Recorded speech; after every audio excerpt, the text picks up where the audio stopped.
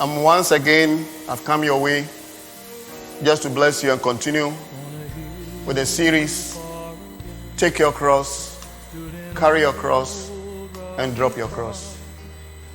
The first series, it was about what was the cross.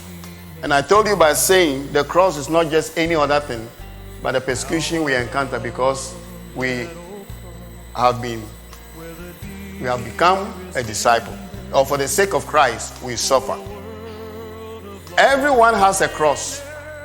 And let me remind you, I picked the scriptures from Matthew 27, verse 16 to 44. And for the sake of reading, and he who does not take up his cross and follow me, that's verse 38. Cleave steadfastly to me, conforming wholly to my example in living, and if need be, in dying also, is not worthy of me.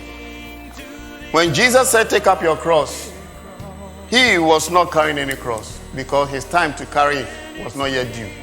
And I told you in the first series that you don't have to die with your cross because you are not Christ. We don't need two people to die on the cross. Jesus' death on the cross is sufficient. How do we handle the cross? We carry it after taking it. And after you carry it, you drop it. And that will be the third session, which you need to hear about that. Let me give you some few points. The cross will bring you to a place called Golgotha or Calvary. Very painful place. Calvary and Golgotha are all the same names. One is just a Hebrew name and one is a Greek, right? Calvary is a Hebrew word and Golgotha is a Greek word. So wherever it is, Calvary or Golgotha, the same place, means a place of scar. The thing will disturb you to the extent that you will grow lean. You can't be of yourself because of a cross. And don't just think it's just about a problem. I'm talking about persecution in the name of Christ. Number two, take it. Take your cross. Be willing to take it. Be willing to suffer for Christ. That makes you a disciple. That makes you wealthy. Whatever you are going through, every true disciple goes through. Don't fight back. Don't take revenge. Endure it. Because the cross will cross you to another side. You will not and you must not die on the cross. That is not the purpose of God. Carry it. It proves you are a disciple. Number three, when you take a cross, nail it on the cross. Jesus was nailed on the cross. He was hanging on the cross. So I'm here to tell you, whatever you are going through, you are just hanging. One day, you shall drop. People will take you off from that cross. And you will know how people can help you to take that cross. Jesus Christ got somebody to help him. And you too, your help is on your way. Just stand and continue to trust God. Because this cross must not kill you. Number four, nail it to the cross, not to people. Don't blame people for any cross you are going through. Yes, it was a particular church that stood against you. It was a particular person, a pastor, somebody, your family, your member, your children that stood against you. But don't nail it against them. Nail it to the cross. I used to preach so many seminars, conferences, both on international level, and I used to tell them, listen very carefully. You call yourself an apostle. What persecution have you gone through? Now we are all looking for titles, Archbishop, Reverend Bishop, or Apostle Doctor. I'm Apostle Doctor. So it's not out of enviness. But listen, what is the mark of an apostle? How many times have you been persecuted? By your own and by those who are around you. When we say you're an apostle, you carry a mark. So nail it to the cross so that you can have your peace. Point number 5. You may be sad for a while because of many kinds of trial and suffering that comes your way. Yet, be glad.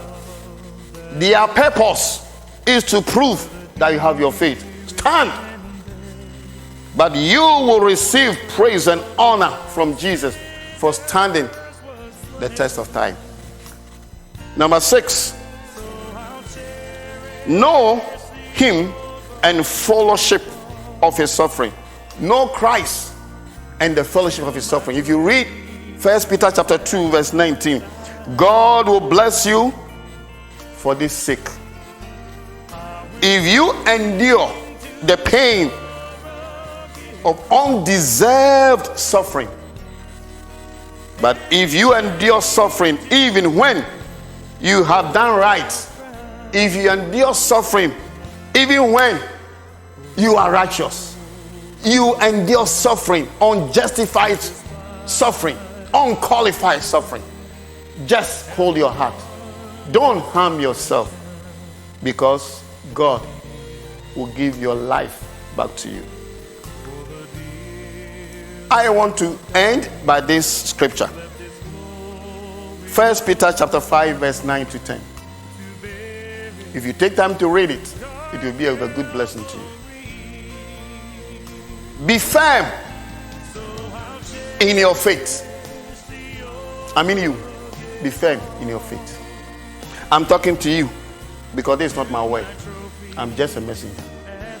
And resist him.